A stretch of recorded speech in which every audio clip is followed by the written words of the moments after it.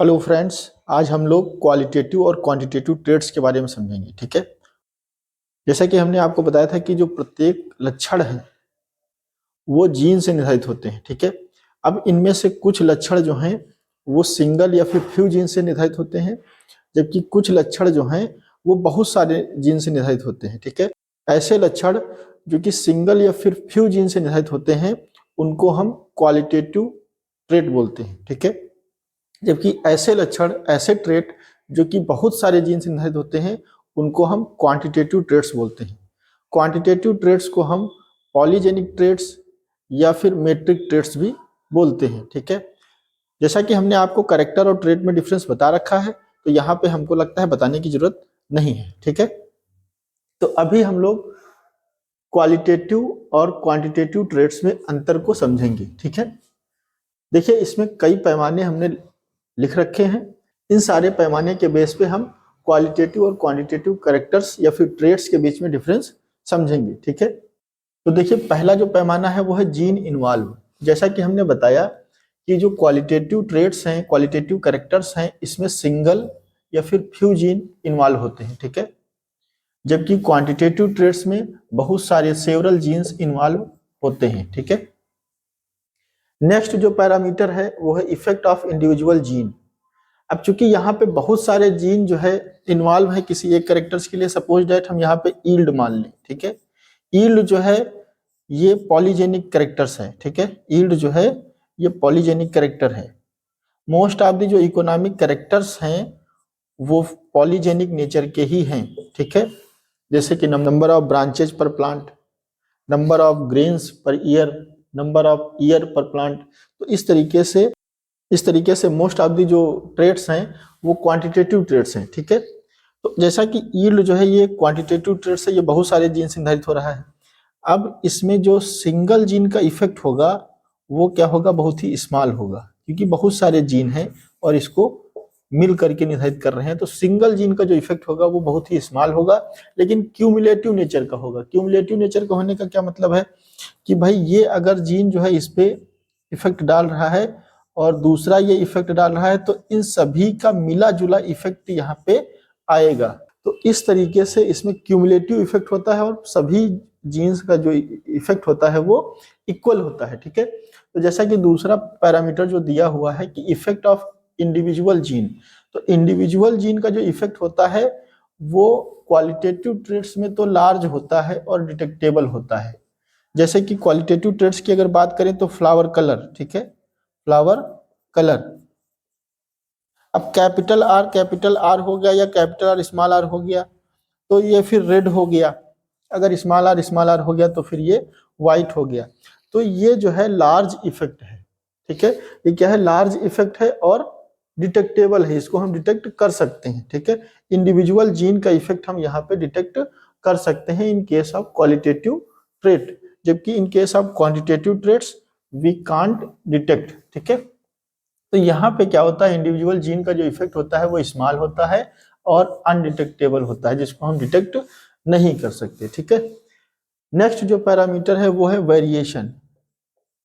अभी ये जो क्वालिटेटिव ट्रेट्स होते हैं इसमें डिसकंटिन्यूअस वेरिएशन होता है। डिसकंटिन्यूअस वेरिएशन का मतलब क्या है, जैसे हमने बताया रेड और व्हाइट, अब ये कंटिन्यूएशन में नहीं है, या फिर ब्लैक भी हो सकता है ना, ये किसी प्रकार के कंटिन्यूएशन में नहीं है। जबकि यील्ड की अगर बात करें 11.1 kg, 11.2 kg या 12 kg, 13 kg, इस तरीके से कंटिन्यूएशन में होगा। ठीक है।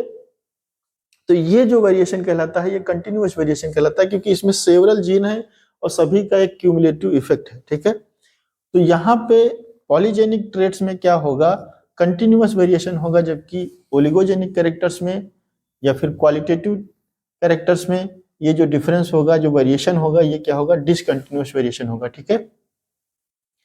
अभी अगर स्टेबिलिटी की बात करें कि भाई इसका परफॉर्मेंस जो है डिफरेंट डिफरेंट लोकेशंस पे कैसा रहेगा, तो जो क्वालिटेटिव ट्रेट्स हैं जैसा कि मैंने आपको बताया, इसमें फ्लावर कलर, शेप, इस तरीके के कैरेक्टर आते हैं। ठीक है। तो ये अगर आप कहीं भी लगा दीजिए, चाहे यूपी में लगा दीजिए, चाहे वेस्ट बंगाल में लगा दीजिए, चाहे पंजाब में लगा दीजिए, चाहे जहां लगा दीजिए, अगर रेड फ्लावर कलर वाली वैरायटी है तो फिर वो red most of the chance यही है कि वो रेड फ्लावर ही प्रोड्यूस करेगी, ठीक है, उस पर किसी प्रकार का कोई इफेक्ट नहीं होगा, ठीक है।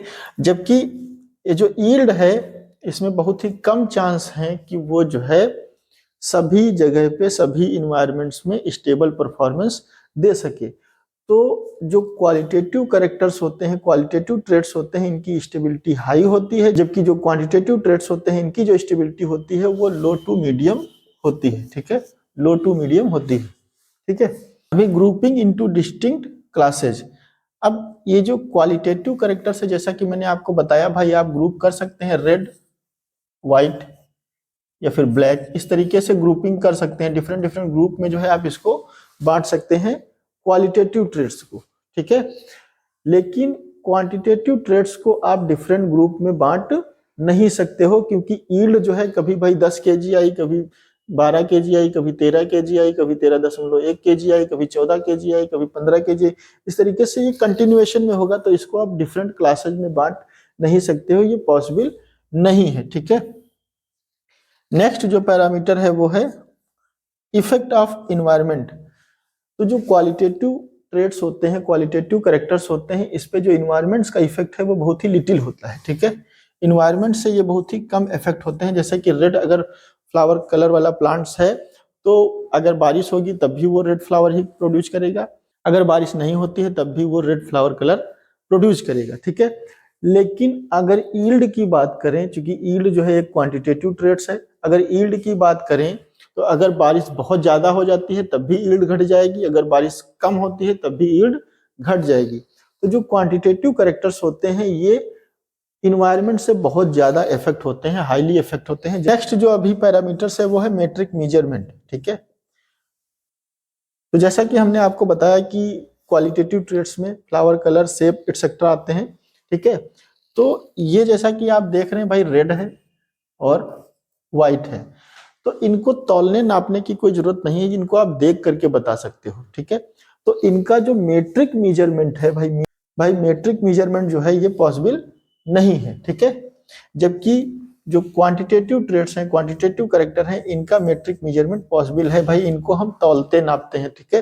100 केजी सीड है या फिर 102 केजी सीड है या फिर 105 केजी सीड है, तो इस तरीके से हम इसको नापते हैं। प्लांट हाइट 70 सेंटीमीटर है या 75 सेंटीमीटर है या फिर 100 सेंटीमीटर है, तो इसको जो है हमको नापने की जरूरत पड़ती है क्वांटिटेटिव ट्रेट्स को, ठीक है।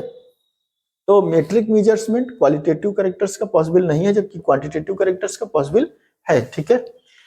एनालिसिस की अगर बात करें तो जो एनालिसिस है वो क्वालिटेटिव कैरेक्टर्स की रेशियो और फ्रीक्वेंसी पे बेस्ड होती है। जैसा कि आपको पता है जो मेंडल ने स्टडी किया था 7 कैरेक्टर्स, वो सारे कैरेक्टर्स जो है क्वालिटेटिव थे, वो सिंगल जीन से निर्धारित हो रहे थे, ठीक है। उन्होंने क्या किया था, एनालिसिस के बेसिस पे रेशियो दिया था कि भाई 3 जो है वो टाल होंगे, 1 जो है ड्वार्फ होगा, 3:1 का रेशियो आएगा मोनो हाइब्रिड क्रॉस में, जीनोटिपिक रेशियो 1:1 आएगा। इस तरीके से उन्होंने रेशियो दिया था और फ्रीक्वेंसी बताई थी, ठीक है। लेकिन ये जो क्वांटिटेटिव ट्रेट्स हैं ये मीन, वेरिएंस और कोवेरिएंस पे बेस्ड होते हैं। यहाँ पे मीन आप जान ही रहे हो, वेरिएंस का मतलब मैं आपको बता चुका हूँ, ठीक है। कोवेरिएंस का मतलब है जब हम 2 या अधिक कैरेक्टर्स के बीच में वेरिएशन एक साथ सिमल्टेनियसली स्टडी करते हैं तो उसको कोवेरिएंस बोलते हैं, ठीक है। तो ये जो एनालिसिस है क्वांटिटेटिव कैरेक्टर्स की, ये जो है मीन, वेरिएंस और कोवेरिएंस पे बेस्ड होती है, ठीक है। एग्जाम्पल जैसा कि मैंने आपको बता रखा है, जो क्वालिटेटिव ट्रेट्स हैं इसमें flower colour, flower shape etcetera आते हैं, जबकि जो क्वांटिटेटिव ट्रेट्स हैं, क्वांटिटेटिव कैरेक्टर्स हैं, इसमें height, weight, width, number of branch etcetera आते हैं, ठीक है।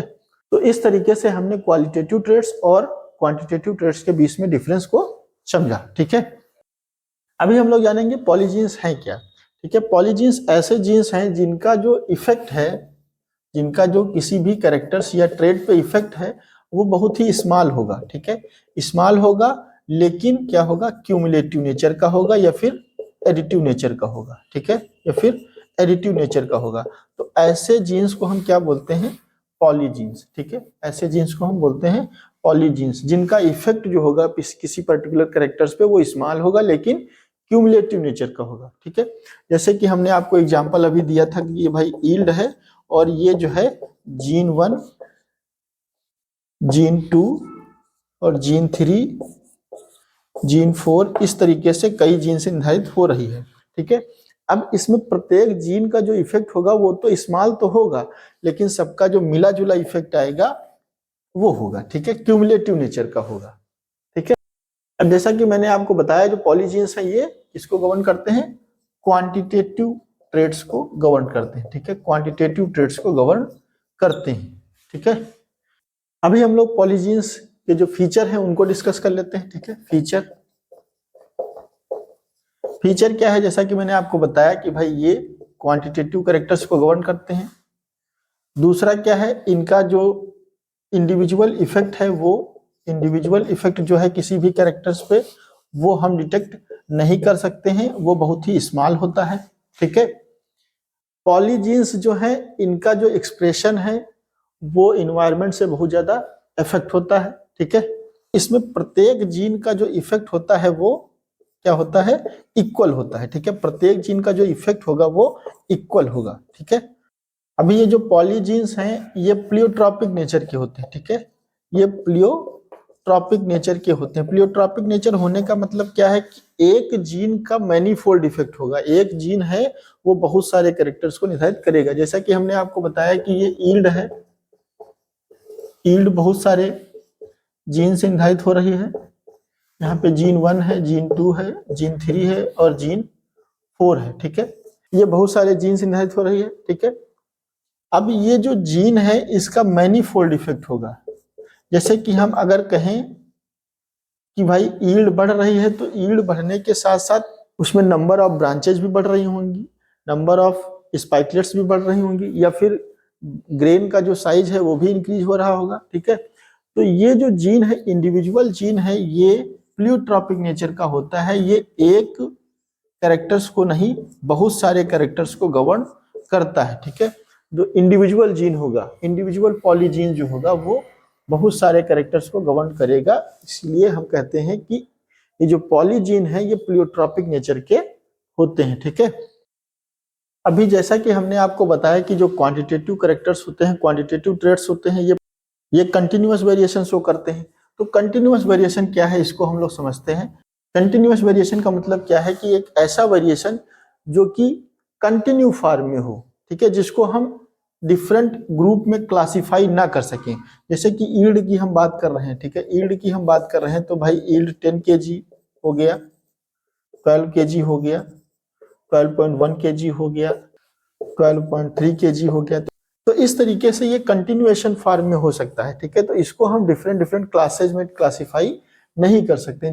जबकि हम डिसकंटिन्यूअस वेरिएशन की अगर बात करें तो डिसकंटिन्यूअस वेरिएशन में क्या आएगा, रेड, व्हाइट, ग्रीन, इस तरीके से हम इनको डिफरेंट क्लासेज में कैटेगराइज कर सकते हैं। जबकि कंटिन्यूअस वेरिएशन को हम डिफरेंट क्लासेज में कैटेगराइज नहीं कर सकते हैं। ठीक है, तो ऐसा वेरिएशन जिसको हम डिफरेंट क्लासेज में कैटेगराइज नहीं कर सकते हैं, जो कि क्वांटिटेटिव ट्रेड्स में पाया जाता है, जो कि इन्वायरमेंट से बहुत ज्यादा इफेक्ट होता है, उस तरीके के वेरिएशन को हम बोलते हैं कंटिन्यूअस वेरिएशन। ठीक है, कंटिन्यूअस वेरिएशन दो फैक्टर से हो सकता है। जैसा कि मैंने बताया जो क्वांटिटेटिव ट्रेड्स हैं ये बहुत सारे जीन्स निर्धारित होते हैं, तो इन जीन्स के द्वारा हो सकता है। और दूसरा चूंकि ये बहुत ही ज्यादा इन्वायरमेंट से इफेक्ट होता है तो इन्वायरमेंटल इन्फ्लुएंस की वजह से भी कंटिन्यूअस वेरिएशन हो सकता है। ठीक है, तो इस तरीके से हमने क्वांटिटेटिव ट्रेड्स, क्वालिटेटिव ट्रेड्स और इनमें डिफरेंस, कंटिन्यूअस वेरिएशन और पॉलीजीन्स के बारे में जाना। तो आज के लिए बस इतना ही, मिलते हैं नेक्स्ट वीडियो में।